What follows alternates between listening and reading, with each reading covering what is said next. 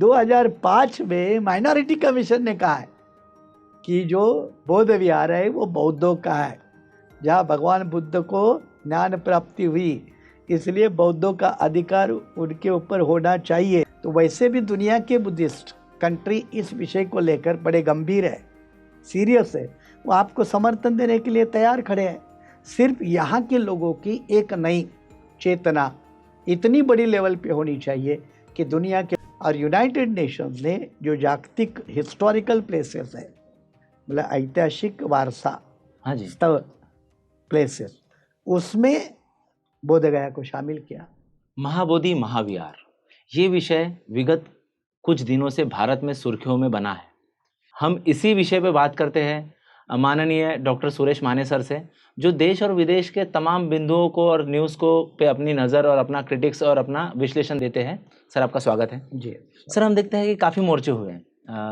तकरीबन हम देख रहे हैं कि 1 साल बीत गया, लोगों ने फास्ट हंगर स्ट्राइक किया, लोगों ने आंदोलन किया, लोगों ने सांकेतिक रूप से धरना प्रदर्शन किया।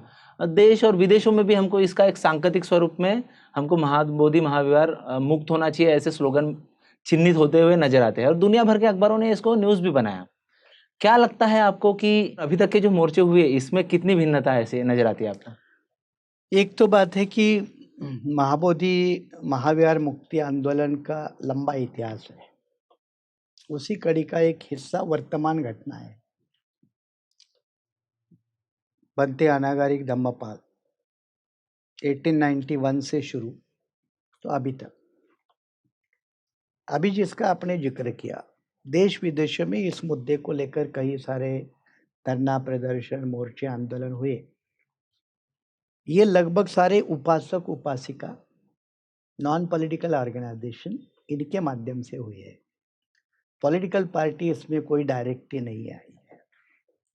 दूसरी बात यह है कि महाराष्ट्र में एक बौद्धों की अम्बेडकरेट मूवमेंट का अपना एक रुतबा है, लेकिन उस पूरे रुतबे का महाबोधि महाविहार को लेकर अभी तक कोई पब्लिक डेमो नहीं हुआ, पब्लिक प्रदर्शन नहीं हुआ।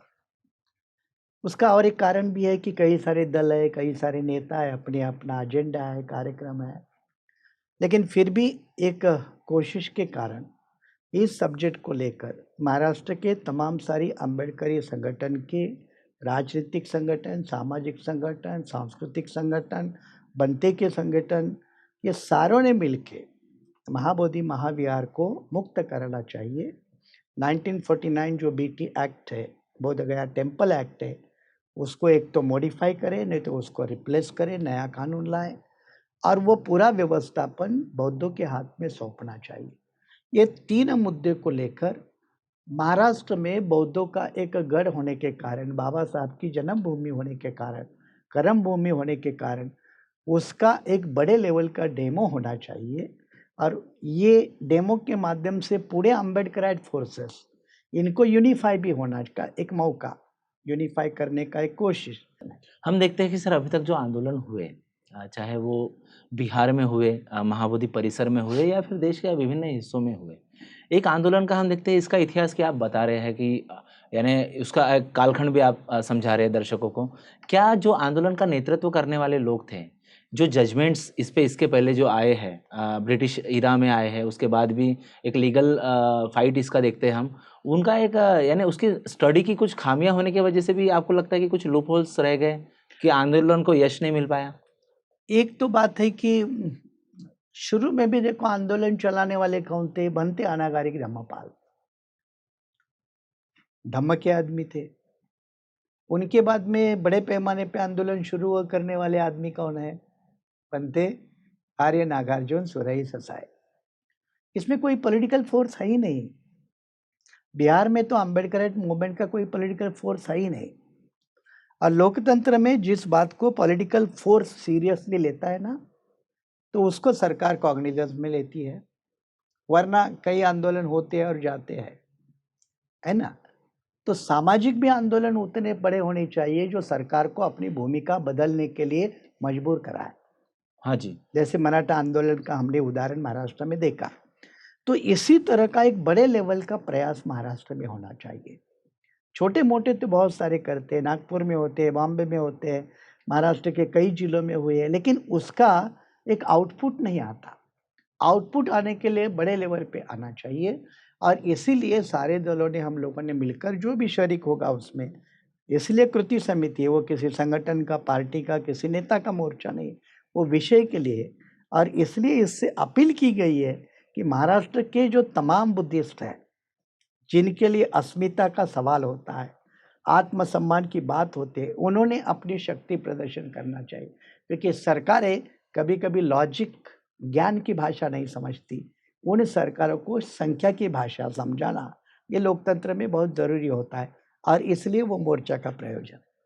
दूसरी बात जो है आपने कही कि जैसे बाकी लोगों का आंदोलन होता है, वैसा हमारा नहीं होना चाहिए कि बोध गया हमारा श्रद्धा का विषय है, हाँ जी, धर्म का मामला है, हाँ जी, धम्म का मामला है, इसलिए हमें सौंप दे दो। इस तरह का नहीं होना चाहिए, क्योंकि ये ट्रेडिशनल, जैसे हिंदू फंडामेंटलिस्ट अयोध्या के बारे में कह रहे रथ थे, यात्रा राम में, जन्मभूमि को लेकर कह रहे थे, उस तरीका पर्सपेक्टिव अपना नहीं है। हाँ, हमारी जेन्युइन कागजों पर आधारित कानूनी दलील के साथ, लीगल प्रोविजन के साथ आधार पे हम मांग रहे हैं। उसमें प्रमुख आधार ये है कि जब भारतीय संविधान ने धारा 25-26 के माध्यम से, खाली विशेष करके 26, आर्टिकल 26 ने कहा है कि इस देश में जितना भी अल्पसंख्यक समुदाय, उसको अपनी भाषा, रीति रिवाज, धार्मिक संस्था और धर्म, इसकी हिफाजत करने का अधिकार है। हाँ जी, मुस्लिमों को है, सिखों को है, क्रिश्चियनों को है, हिंदू को भी है, तो फिर बौद्धों को क्यों नहीं? बौद्धों को क्यों नहीं?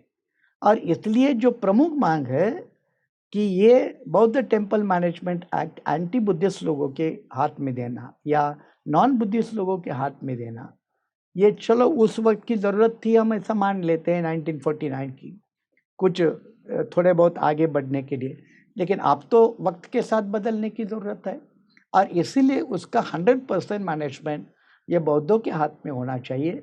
क्योंकि संविधान का 26 कलम, धारा 26, ये हमें उतनी आज़ादी देती है, अधिकार देता है। और ये जब बाकी समुदायों को है, जैसे हिंदू का मंदिरों का व्यवस्थापन हिंदू के में, आप उदाहरण के तौर पे ले लो काशी विश्वनाथ मंदिर, उसका भी ट्रस्ट है। जगन्नाथपुरी का ले लो, उसका भी ट्रस्ट है। क्या उस ट्रस्टों पे नॉन हिंदू है? महाराष्ट्र में पंढरपुर का ट्रस्ट ले लो, शनि शिंगणापुर का ट्रस्ट ले लो, उसमें हिंदू है। सिखों के ट्रस्ट में सिख है, क्रिश्चियनों के ट्रस्ट में क्रिश्चियन है, तो बौद्ध के ट्रस्ट में बौद्ध क्यों नहीं है? हाँ जी, वो बौद्ध ही है, 100% होना चाहिए। ये लॉजिकल हो गया। और धारा 26, आर्टिकल 26 ये लीगल हो गया। तो इन प्रावधानों के आधार पर ये जायज मांग है, कानूनी मांग है। हाँ जी, लेकिन अंग्रेज के समय में हुआ क्या, मैं आपको बता रहा हूँ। ये कानूनी जंग लड़ने की तैयारी उस जमाने में अनागारिक धम्मपाल ने भी की थी। जब वो बोध गया गए थे, और वहाँ जब उन्होंने उस बौद्ध विहार का हिंदूकरण देखा था, दैव देवताकरण देखा था, तो उन्होंने पुलिस थाने में शिकायत दर्ज की थी। और शिकायत दर्ज की थी, और उसके बाद कलेक्टर ने उसके लिए एक ट्रायल भी हुई थी, केस भी हुई थी। उस केस में कहीं उस पंडा जिसने कब्जा किया था, उसका नाम है घमंडगिरी महाराज। हाँ जी, ये घमंडगिरी शैव पंथ का था। उसके कब्जे के ऊपर वो कई गुनहगारों को सजा भी हुई थी। 100 रुपये का फाइन हुआ था, 1 महीने की सजा हुई थी। लेकिन वो हायर कोर्ट में फिर उसको छोड़ा गया था। लेकिन हायर कोर्ट ने 1895 में भी ये लिखा है जजमेंट में कि ये भगवान बुद्ध से जुड़ी हुई ऐतिहासिक भूमि है, और ये बौद्ध धम्म स्थल है। ये 1895 में जजमेंट में लिखा है।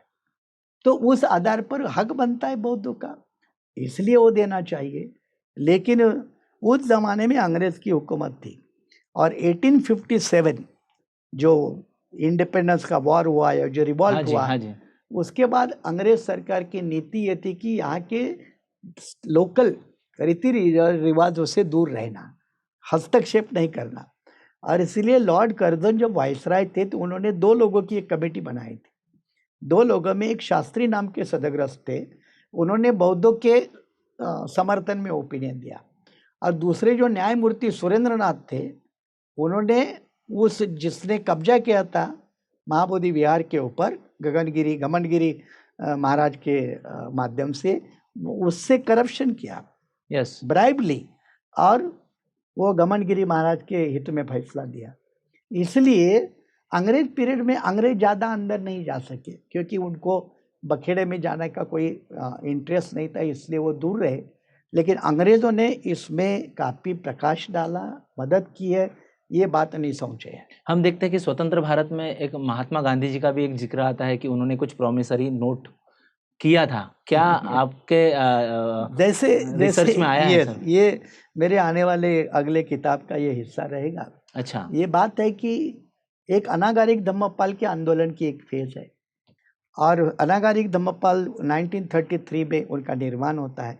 उसके बीच में जो डेवलपमेंट हुई वो राहुल संस्कृत्यायन से जुड़ी हुई है। हाँ जी, आफ्टर फ्रीडम। 1922 में, हाँ, अच्छा, नहीं, before before independence, okay okay, 1922 में राहुल संस्कृत्यायन ये कांग्रेस पार्टी के सचिव थे। ये हाँ, बहुत लोगों को पता नहीं। काफी रेयर है। और ये जब कांग्रेस पार्टी का अधिवेशन गया में हुआ, बिहार 1922 हुआ, में 22 में गया में हुआ, तब उसमें उस अधिवेशन में ये बौद्ध विहार बौद्धों को मिलना चाहिए, ये राहुल संस्कृत्यायन ने मुद्दा उठाया था। अच्छा, यानी चले जाओ मूवमेंट के इर्द गिर्द की बात है। तब राहुल संस्कृत्यायन जिनको आज हम जानते हैं वो नहीं थे। ओके, बौद्ध धर्म का बाद में स्वीकार ओके, है।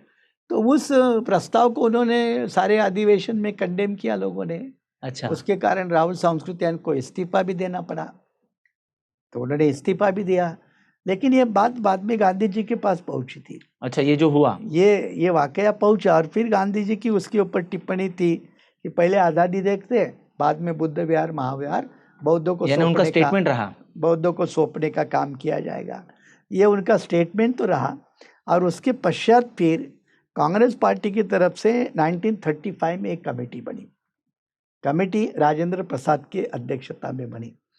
राजेंद्र प्रसाद की समिति ने एक रिपोर्ट बनाया, लेकिन उन्होंने उस रिपोर्ट में कहा कि 1937 में जो उस वक्त की प्रांतीय विधानसभा होती थी उसके चुनाव होने वाले हैं, तो उस चुनाव में नई सरकार आएगी तो वो नई सरकार उस मंदिर का निर्णय करेगी। ये करके उन्होंने टाल दिया, और उसका कारण वो लगभग 49 तक टालते गए।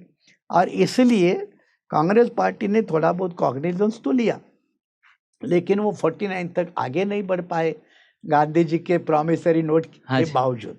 ओके। हम देखते हैं सर, एक जुडिशियल प्रोसेस में, जैसे वर्तमान में हम बात करते हैं कि कोर्ट में भी है, बहुत सारे स्टेटमेंट पेपर के माध्यम से और बहुत सारे रिमार्क्स के माध्यम से लोगों को तक आते हैं। लेकिन एक बहुत महत्वपूर्ण बिंदु ऐसा होता है कि जो अपोनेंट पार्टी को अगर से फ़ायदा होने वाली बात, अगर से कुछ जो लॉयर उस केस में एंगेज है वो करते हैं, क्या कुछ चीज़ें कॉन्फिडेंशियल भी होना चाहिए, ऐसा लगता है आपको? बड़ा सवाल है ये।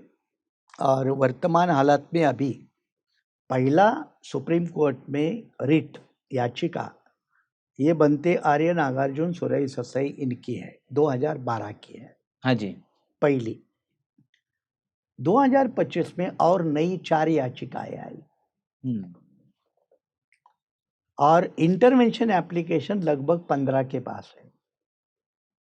उसमें से एक याचिका हाल में रिजेक्ट हुई, सुलेखा कुंभारे इनकी, उनकी भी लेटेस्ट वाली याचिका थी, वो टेक्निकल कारण से रिजेक्ट हुई।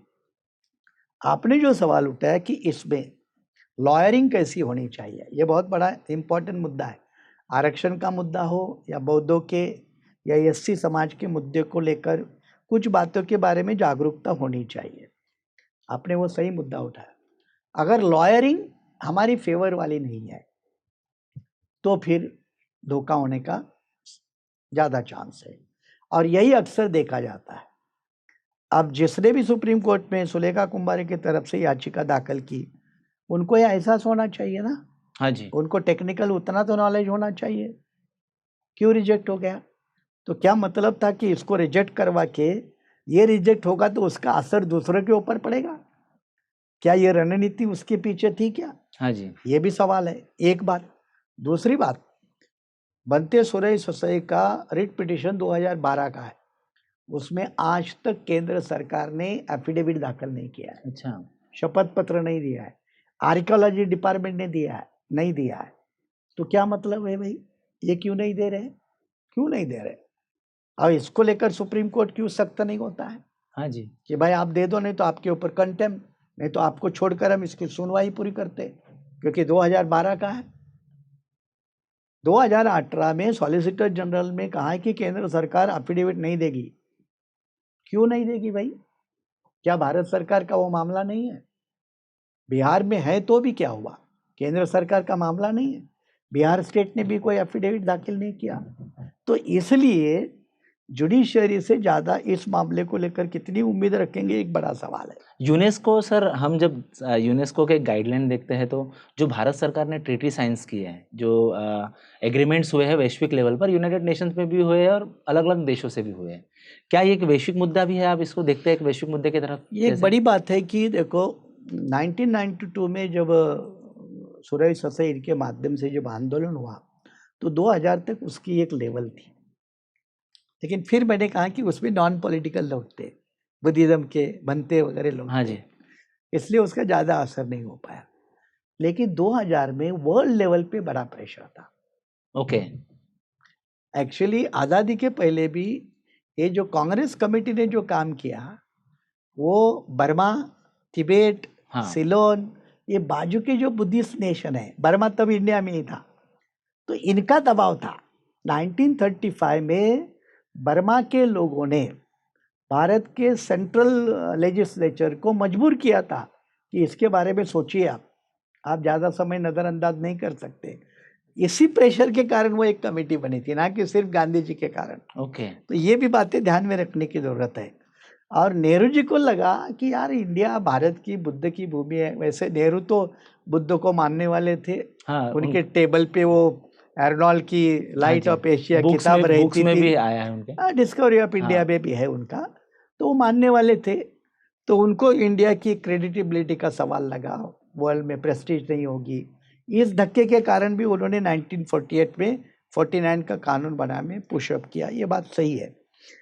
लेकिन 2000 तक ये जब बातें फैली तो 98-99 में वर्ल्ड लेवल पे बड़ा प्रेशर बना था, और इसी के कारण यूनाइटेड नेशंस को उसका कॉग्निजेंस लेना पड़ा। और यूनाइटेड नेशंस ने जो जागतिक हिस्टोरिकल प्लेसेस है, मतलब ऐतिहासिक वारसा हाँ जी। स्थल प्लेसेस, उसमें बोध गया को शामिल किया। और बोध गया को शामिल करते वक्त यूनेस्को ने भी लिखा है कि ये भगवान बुद्ध के जन्म के साथ जुड़ा हुआ मामला है, ज्ञान प्राप्ति जिस जगह पे हुई ये मामला है, और इसलिए ये जगह बौद्धों की, वर्ल्ड के बौद्धों की एक आस्था का है, ये बुद्ध को मानने वाले लोगों के एक फेथ का, रिलीजन का मामला है। तो जब यूनेस्को भी ने लिखा, और इसके बाद 2005 में, एक बड़ी बात है, 2005 में भारत सरकार का अल्पसंख्यक आयोग, उसकी रिकमेंडेशन है अभी मॉडर्न एज 2005 का, अच्छा। ये मेरे आर्टिकल में है। ओके। 2005 में माइनॉरिटी कमीशन ने कहा है कि जो बौद्ध विहार है वो बौद्धों का है, जहाँ भगवान बुद्ध को ज्ञान प्राप्ति हुई, इसलिए बौद्धों का अधिकार उनके ऊपर होना चाहिए, इसलिए वो बौद्धों को सौंपना चाहिए। ये 2005 में माइनॉरिटी कमीशन ने कहा है। लेकिन उस वक्त की जो सोशल जस्टिस मिनिस्ट्री है, उन्होंने कोई काम नहीं किया। सोशल जस्टिस मिनिस्ट्री वैसे भी कैसे काम करती है अपने को पता हाँ है। जी। हाँ जी। हाँ, तो सोशल जस्टिस मिनिस्ट्री ने उस वक्त भी काम नहीं किया, सरकार ने भी काम नहीं किया, और इसलिए अदालत क्या करेगी इसकी कोई गारंटी नहीं है। क्योंकि जब अयोध्या फैसला आपने देखा है, और अयोध्या फैसले को लेकर जस्टिस चंद्रचूड़ के बयान, कंट्रोवर्शियल बाद वाले जो बयान आपने सुने हैं पब्लिक डोमेन में, ये जब देखते हैं, और वर्तमान हालत जब सेंटर में जिस तरह के लोग हैं, जूता फेंकने वाले जिस तरह से लोग हैं, हाँ जी। इन लोगों का जब जमावड़ा देश में हुआ है, तो आसानी से बौद्ध विहार बौद्धों को मिलेगा, ऐसी कोई हमने गलत धारणा में रहने की ज़रूरत भी नहीं है। क्या स्थिति है सर वर्तमान, जो हम देखते हैं कि कोर्ट में जो मामला है उसकी क्या स्थिति है? नहीं, अभी डेट तो चल रही है। मैंने कहा कि सरकारों ने अभी तक रिप्लाई नहीं फाइल किया, एफिडेविट नहीं आया, ना बिहार का है, ना केंद्र सरकार का, ना आर्कोलॉजिकल डिपार्टमेंट का है। आने वाले 30 तारीख को फिर डेट है, लेकिन ये आगे कितना बढ़ेगा? 30 अक्टूबर। हाँ, 30 अक्टूबर डेट है, पिछले महीने में भी तारीख थी। ये कितना आगे बढ़ेगा इसकी कोई गारंटी नहीं है। और ये जो वर्तमान माहौल है, जिसको हिंदू राष्ट्र का माहौल कह सकते हैं आप आसानी से, और जब हिंदू राष्ट्र का मैं जो माहौल कह रहा हूँ, तो आप संघ के मुखिया डॉक्टर, ये जो आरएसएस के मुखिया है भागवत जी, इनका बयान, ये अभी जो हुआ ना उनका संघ हाँ का जी, प्रोग्राम, शस्त्र उसमें पूजा शस्त्र पूजा, उसके बाद 100 साल जो हुए हाँ, उनके। उन्होंने क्या बयान दिया कि जो अपने आप को भी हिंदू नहीं मानता है, उसको भी हम हिंदू मानते हैं। मतलब ये जो उनका जो जाल फैलाने का बड़े लेवल पे काम है, इस जाल को तोड़कर सुप्रीम कोर्ट कितना बाहर निकलेगा, चाहे चीफ जस्टिस गवई हो या ना हो, लेकिन ये जाल तोड़कर वो कितने बाहर निकलेंगे, वो बड़ा सवाल है। हम देखते हैं सर, मुंबई से बड़े बड़े मोर्चे हुए इतिहास में। हम जब जाते हैं तो मुंबई की आवाज़ दिल्ली से भी ज़्यादा गूंजती है और बहुत ज़्यादा दूर तक वो पहुंचती है, समंदर उस पार भी चली जाती है। क्या लगता है मोर्चे का क्या असर पड़ेगा? मोर्चे का असर पड़ेगा, क्योंकि अम्बेडकरी विविध संगठन के नेता, तो जब एक मिनिस्टर ऐसे मोर्चा में शामिल होता है तो नेचुरली उसका रिफ्लेक्शन तो आएगा, आवाज़ तो सुनी जाएगी। और एक मोर्चा से फिर काम रुकने वाला थोड़ा है। मोर्चा के बाद हो सकता है महाराष्ट्र सरकार से मुलाकात हो इस विषय के बारे में, केंद्र सरकार के पंतप्रधान के साथ इस विषय को लेकर वार्ता हो, और इसको नेशनल लेवल की एक मूवमेंट बनाए। और नेशनल लेवल की कोई भी जब मूवमेंट बनती है, तो वैसे भी दुनिया के बुद्धिस्ट कंट्री इस विषय को लेकर बड़े गंभीर है, सीरियस है, वो आपको समर्थन देने के लिए तैयार खड़े हैं। सिर्फ यहाँ के लोगों की एक नई चेतना इतनी बड़ी लेवल पे होनी चाहिए कि दुनिया के लोग पीछे अपने आप आपके पीछे इस विषय को लेकर, इस आंदोलन को लेकर पूरे ताकत के साथ खड़े रहे। लेकिन आवाज़ तो यहाँ से बुलंद होनी चाहिए, और इसलिए इस मोर्चा के माध्यम से इस विषय को अभी सिर बनते या बौद्ध उपासक या उपासिका या बौद्ध विहार में काम करने वाले या रोज जाने वाले लोग, इनसे सीमित नहीं रखा जाएगा, बल्कि एक ये सोशो पॉलिटिकल कल्चरल इशू बनके भारत के सामने उभरेगा। आपका कुछ दस्तावेज भी आ रहा है सर, किताब के माध्यम से। वाचकों को कब तक वो पढ़ने में मिलेगा? मैं सोच रहा हूँ कि ये नवंबर तक ही आना चाहिए, क्योंकि जब बोध गया को लेकर एक आंदोलन चल रहा है, तो कोई भी आंदोलन बिना आइडियोलॉजिकल फाउंडेशन, उसकी जड़ें उतनी मजबूत नहीं होती, इतिहास ज़्यादा टिकाऊ गवाह नहीं है, होता। इतिहास गवाह है। गवाह है, उसकी जड़ें इतनी टिकाऊ नहीं होती, लंबा नहीं होता। और इसलिए किताबें लिखना, भाषण देना, इसका प्रयोजन ही होता है। ये नहीं कि मुझे भाषण देना है, ये आपको दिखाना है, मुझे नहीं, ये नहीं दिखाना है कि मुझे लिखना आता है, ये आपको पता होना चाहिए, बल्कि लिखाना और भाषण देना, ओरेटरी और राइटिंग इसलिए ज़रूरी है कि ऐसे घटनाओं का डॉक्यूमेंटेशन हो, जो पीढ़ी दर पीढ़ी उपलब्ध होना चाहिए, लाइब्रेरी में जाना चाहिए, उसका इंस्टीट्यूशनलाइजेशन होना चाहिए, तो हर कोई आने वाला आदमी उसको सीख सकता है, समझ सकता है। नहीं तो आदमी आज है कल नहीं, लेकिन डॉक्यूमेंटेशन एक परमानेंट चीज़ मूवमेंट को जिंदा रखती है। संज्ञान, संगीति, विचार का आदान प्रदान, जितने भी क्लासेस है बुद्धिज्म की, ये सारी चीज, सारी की सारी क्लासेस डिस्कशन पे, डिबेट पे और इंटेलेक्चुअल एलोब्रेशन पे टिकी है। हम देखते हैं कि सर समझा रहे हैं कि महाबोधि की जो भी टेक्निकल चीज़ें हैं वो किस तरीके से हम अपने टारगेट को अचीव कर सकते हैं, और हम इसी कड़ी में निरंतर आपको अपडेट देते रहेंगे।